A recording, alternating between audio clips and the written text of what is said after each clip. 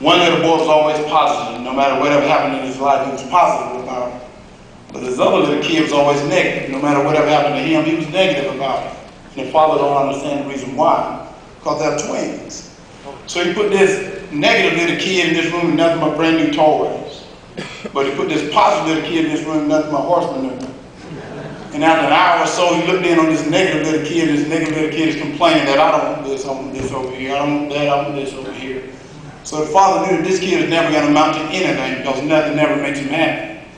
But he looks in on this positive little kid, and this positive little kid has a show.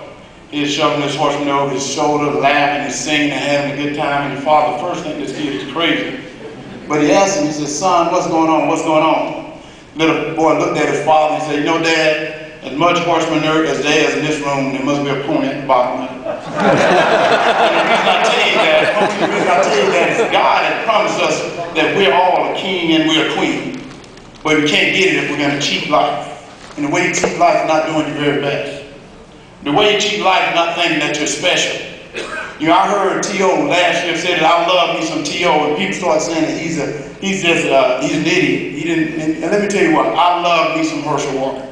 And I'm going to tell all you young kids out there, love yourself. Because before you can ask anyone else to love you, you got to love yourself first. You know, when I was little, I used to have a speech impediment. I couldn't put a sentence together.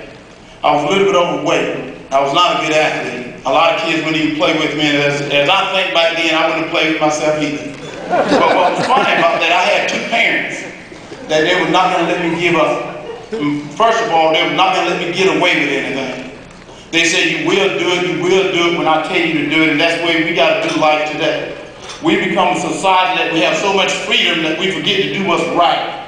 We then have so many opinions that we forget that kids are our future.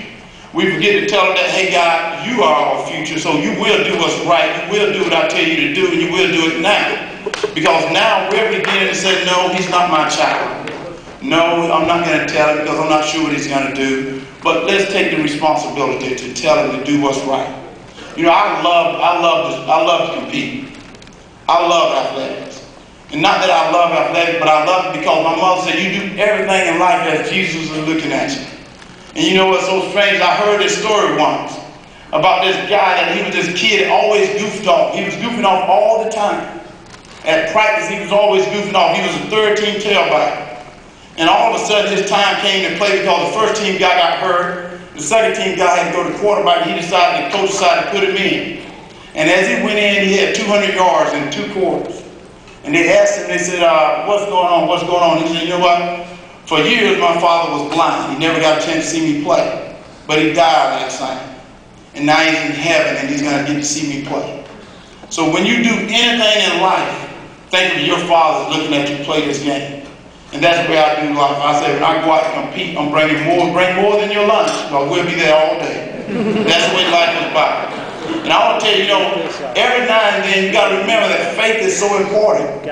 You got to believe in yourself.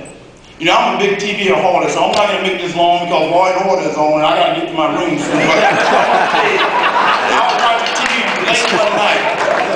I was watching TV late one night. And it was funny because I was watching this show called Freak Night or Fright Night. I don't know if you've seen it. It's about vampires.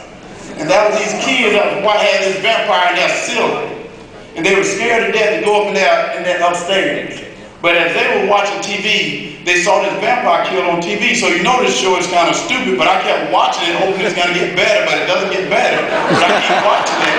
But then I started thinking what my mother always said. She said, in life, look at the good side of it. So I started putting God into this television show. So as these kids win this chance to get this vampire killer to come to their house, get rid of this vampire, they walked upstairs with this guy who's an actor. And he's throwing his holy water all over the floor. He's blessing his home, has his garlic and everything. And all of a sudden, this vampire floats from the ceiling. And as this vampire floats from the ceiling, he throws his holy water on the vampire, covering his eyes. But then he took his hands away and he started laughing. And he said, that don't work. You got to have faith.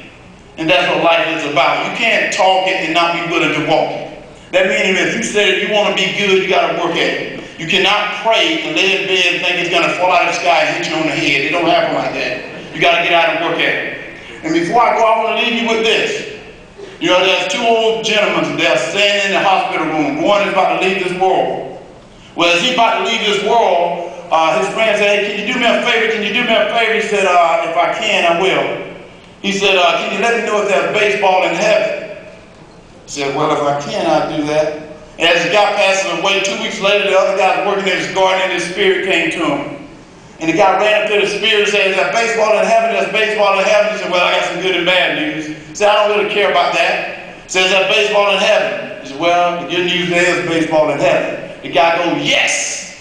He said, the bad news is you're pitching tomorrow. So I tell you that because we put things off that we can do today. We don't put it off. Let's get it done right now. You know, I heard a long time ago, let's get it done right now. My parents always told me, when I tell you to do it, you get it done now, not tomorrow. So I say, I love you. Jesus loves you. Thank you.